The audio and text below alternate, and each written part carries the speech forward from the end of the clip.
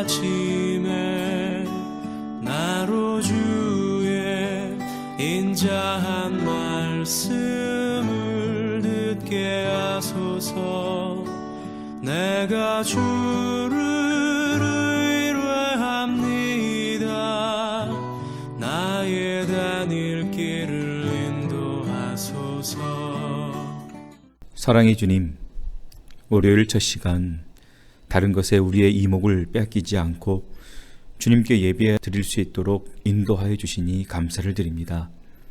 이 시간 예배하는 우리의 심령 위에 주님의 따스하고도 충만한 말씀의 은혜가 가득하길 소망하오니 주여 이 시간 임하여 주옵소서. 상한 심령에겐 회복의 은혜가 있게 하시고 육신의 고통이 있는 자에게는 치유의 역사가 있게 하여 주옵소서. 믿음이 약하여 방황하는 자에게는 강한 믿음을 주셔서 흔들리지 않게 하여 주옵소서. 감사합니다. 예수님의 이름으로 기도드립니다. 아멘. 찬송가 435장 함께 찬양합니다.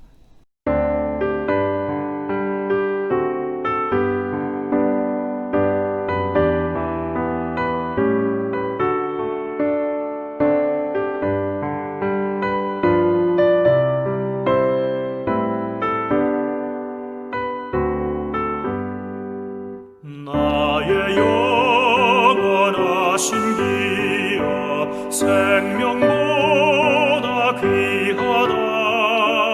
나의 갈 길 다가도록 나와 동행하소서. 주께로 가까이 주께로 가오니 나의 갈 길 다가도록 나와 동행하소서. 세상 복 위하리라 모든 명예 버리고 험한 길을 가는 동안 나와 동행하소서. 주께로 가까이 주께로 가오니 나의 갈 길 다가도록 나와 동행하소서.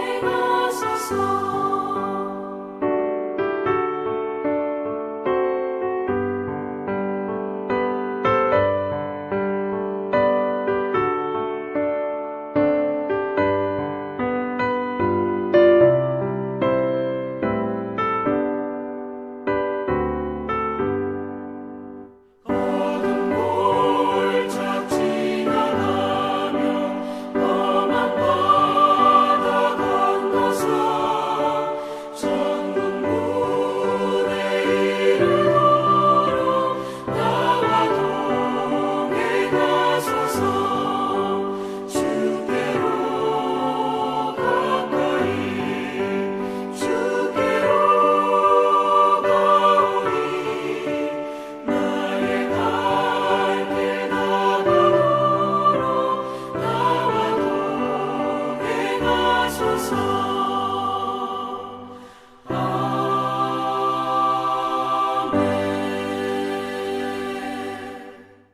오늘 주신 하나님의 말씀은 창세기 48장 8절에서 22절까지의 말씀입니다. 우리 함께 하나님 말씀을 읽겠습니다. 이스라엘이 요셉의 아들들을 보고 이르되 이들은 누구냐? 요셉이 그의 아버지에게 아뢰되 이는 하나님이 여기서 내게 주신 아들들이니이다. 아버지가 이르되 그들을 데리고 내 앞으로 나아오라. 내가 그들에게 축복하리라. 이스라엘의 눈이 나이로 말미암아 어두워서 보지 못하더라. 요셉이 두 아들을 이끌어 아버지 앞으로 나아가니 이스라엘이 그들에게 입맞추고 그들을 안고 요셉에게 이르되 내가 내 얼굴을 보리라고는 생각하지 못하였더니 하나님이 내게 내 자손까지도 보게 하셨도다.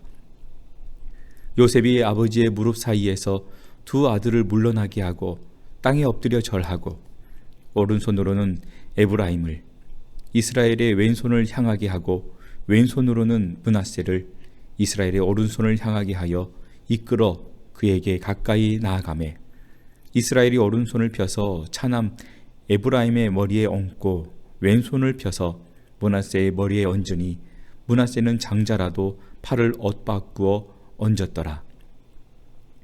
그가 요셉을 위하여 축복하여 이르되 내 조부 아브라함과 아버지 이삭이 섬기던 하나님, 나의 출생으로부터 지금까지 나를 기르신 하나님, 나를 모든 환난에서 건지신 여호와의 사자께서 이 아이들에게 복을 주시오며 이들로 내 이름과 내 조상 아브라함과 이삭의 이름으로 칭하게 하시오며 이들이 세상에서 번식되게 하시기를 원하나이다. 요셉이 그 아버지가 오른손을 에브라임의 머리에 얹은 것을 보고 기뻐하지 아니하여 아버지의 손을 들어 에브라임의 머리에서 므낫세의 머리로 옮기고자 하여 그의 아버지에게 이르되 아버지여 그리마옵소서 이는 장자이니 오른손을 그의 머리에 얹으소서 하였으나 그의 아버지가 허락하지 아니하며 이르되 나도 안다 내 아들아 나도 안다 그도 한 족속이 되며 그도 크게 되려니와 그의 아우가 그보다 큰 자가 되고 그의 자손이 여러 민족을 이루리라 하고 그날에 그들에게 축복하여 이르되 이스라엘이 너로 말미암아 축복하기를 하나님이 내게 에브라임 같고 므낫세 같게 하시리라 하며 에브라임을 므낫세보다 앞세웠더라. 이스라엘이 요셉에게 또 이르되 나는 주구나 하나님이 너희와 함께 계시사 너희를 인도하여 너희 조상의 땅으로 돌아가게 하시려니와 내가 내게 내 형제보다 세겜 땅을 더 주었나니 이는 내가 내 칼과 활로 아모리 족속의 손에서 빼앗은 것이니라. 아멘.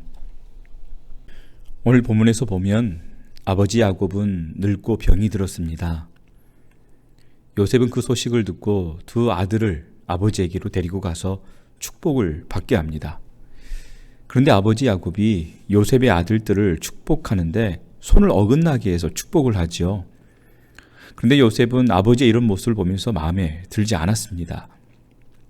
나의 첫째 아들, 나의 장남이 잘 되기를 바라는 것입니다. 그래서 요셉이 아버지의 손을 바로 놓으려고 하자 야곱이 하는 말이 나도 안다라고 말하죠. 이 말을 2번이나 합니다. 즉 내가 실수로 이렇게 하는 게 아니라는 것입니다. 이렇게 어긋나게 축복하는 아버지를 요셉은 이해를 못합니다. 그러나 야곱은 압니다. 자기 인생을 하나님께서 어떻게 인도해 오셨는지 그 마지막 축복을 통하여서 보여주고 있는 것입니다. 이렇게 어긋나게 하는 축복이 하나님의 계시라는 것이죠. 어쩌면 이런 부분이 이해가 되지 않을 수 있습니다. 왜 하나님께서는 내 생각과 어긋나게 일을 하실까? 나의 인생의 수많은 일들이 어긋날 수 있습니다. 내가 원하는 대로 되지 않고 자꾸만 어긋나는 그런 일들을 만날 때에 세상 사람들은 어떻습니까? 무당을 찾습니다. 점을 봅니다. 그래서 어긋나지 않게 해달라고 빌게 되죠. 이처럼 오늘 요셉의 2 아들에게 어긋나게 축복을 하는 것은 세상에서 볼 때에는 어긋나게 보입니다. 낯설게 보이고 이상하게 보입니다. 그렇다면 왜 하나님의 뜻이 어긋나게 보일까? 그것은 이 세상 자체가 죄로 인해서 잘못되어 있기 때문입니다. 전에 야곱은 이름 그대로 남의 발꿈치를 잡았던 사람입니다.